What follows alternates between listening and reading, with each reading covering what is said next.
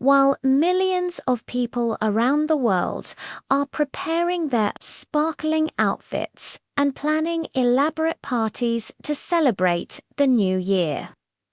There's a quietly growing population that treats December 31st like any other day. They don't count down to midnight. They don't make resolutions. They don't feel the magnetic pull of confetti and champagne. And if you're watching this, there's a good chance you might be one of them, or you know someone who is. But here's what most people don't realize. Choosing not to celebrate New Year's Eve isn't just about being antisocial or hating fun. It's actually a fascinating window into a specific type of psychology. It reveals how some minds process time, meaning, and social pressure in a fundamentally different way. Stay with me, because what I'm about to share will completely change how you understand these individuals. And you might even recognize parts of yourself. When was the last time you did something simply because everyone else was doing it? This question is at the heart of understanding the New Year's Eve absent. To understand why some people deliberately avoid New Year's Eve, we first need to grasp the immense social pressure surrounding this holiday. Society has constructed an unspoken rule that this night must be special, memorable, and shared with others. The media bombards us with images of spectacular fireworks and crowded celebrations. The implicit message is, if you're not celebrating, something might be wrong with you. But here's where it gets interesting. People who don't celebrate are hyper-aware of these expectations. They see the machinery of social pressure, and they make a conscious choice to step away. This isn't passive non-participation, it's active resistance driven by 5 distinct psychological traits. First, high psychological autonomy. These individuals have what psychologists call a self-authored relationship with their choices. They don't look to society or friends to tell them what should matter. They've cultivated an internal compass based on their own values. Research in self-determination theory shows that people with high autonomy experience deeper life satisfaction because their choices align with their genuine selves. They simply can't force themselves to find meaning in something that feels hollow, even when everyone else seems happy. Second, continuous temporal perception. Most people experience time in chunks, last year and this year.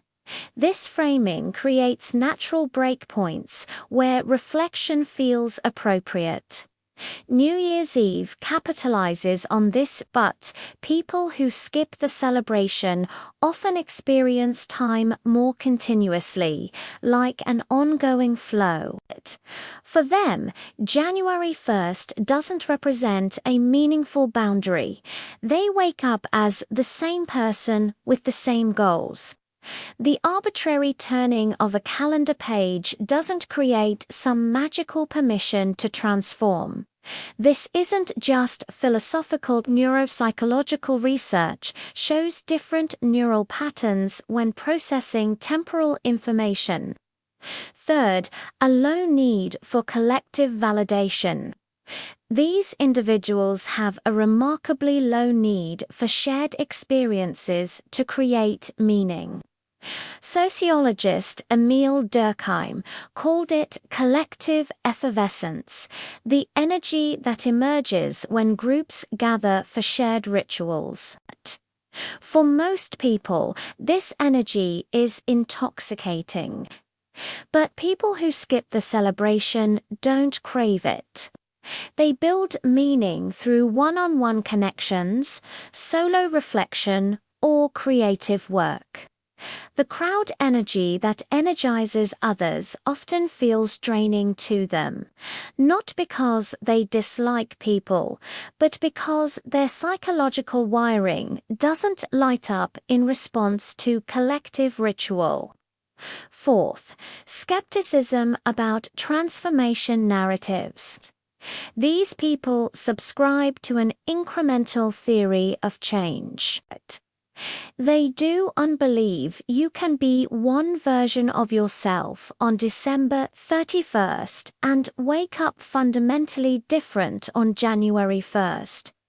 They know that resolutions made in a moment of euphoria rarely stick. Real change happens through daily choices and slowly building habits.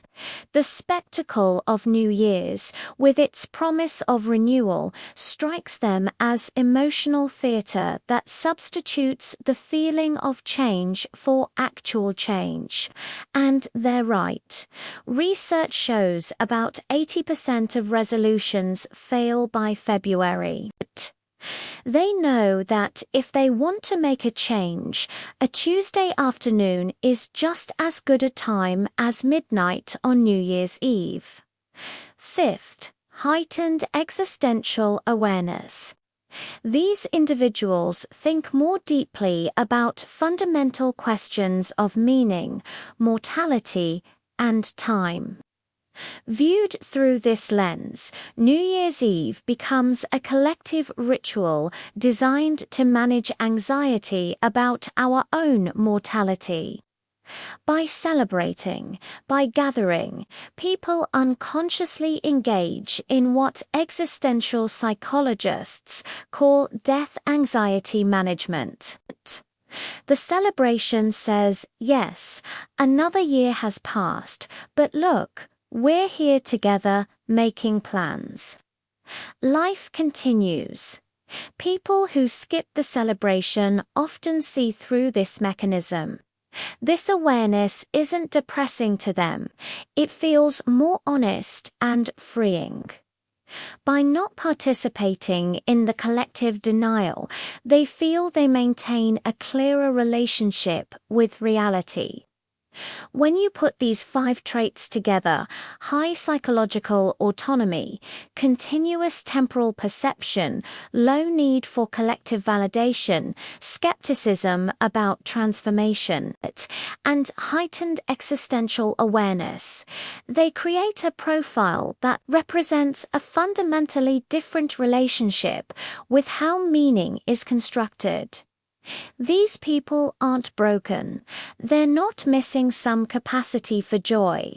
They've simply developed a different operating system for navigating human existence. Now, here's what might surprise you. Research suggests this personality profile isn't inherently better or worse. Both approaches have value. People who celebrate benefit from social bonding and the psychological boost of feeling synced with millions of others. But people who skip the celebration maintain stronger boundaries, develop sophisticated internal guidance systems, and tend to make more sustainable life changes because they're not waiting for magical dates. The real insight is that both are valid strategies for confronting fundamental human challenges. How do we mark time? How do we create meaning? How do we balance authenticity and social belonging? Many who currently skip New Year's Eve describe a turning point where they realized they were celebrating out of obligation. This suggests these traits might not be fixed, but rather developmental achievements reached through self-reflection. So, what does this mean for you? If you love celebrating New Year's Eve, this should help you feel compassion for those who decline your invitations. They aren't judging you. They're operating from a different psychological framework. The kindest thing you can do is respect their choice without guilt or pressure. And if you're someone who doesn't celebrate, I hope this helps you feel less alone. There are millions like you, quietly spending December 31st reading, sleeping early, or just treating it like an ordinary evening. Your psychological makeup isn't a deficiency. It's a different configuration with its own wisdom. You're not missing out.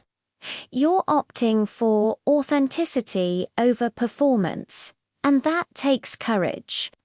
The deeper truth is that both groups have something to learn from each other. Celebrators could benefit from questioning if all their rituals truly serve them.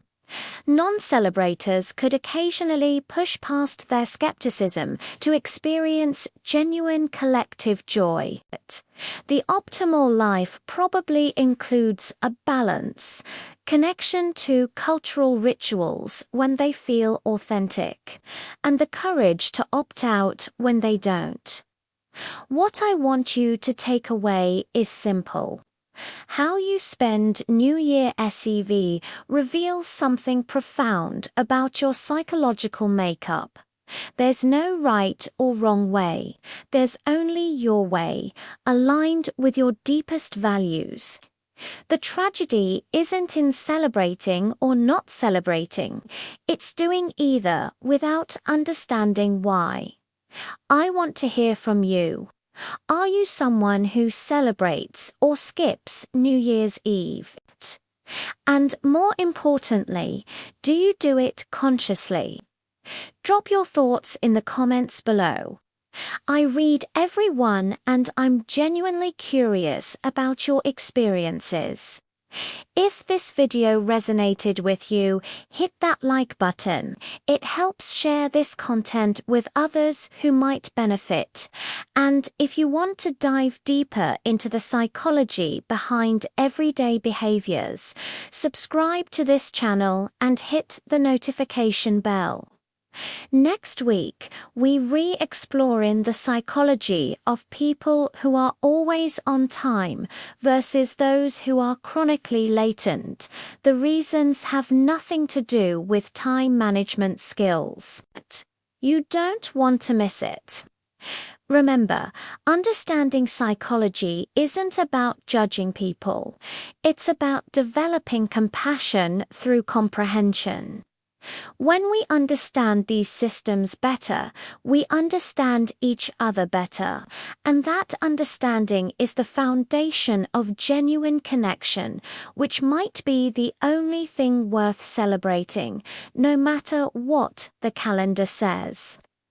Thank you for watching, and whether you're at a party or home alone, whether you celebrate everything or nothing, I hope you're spending your time in a way that feels authentic to who you really are. That's the only resolution that truly matters.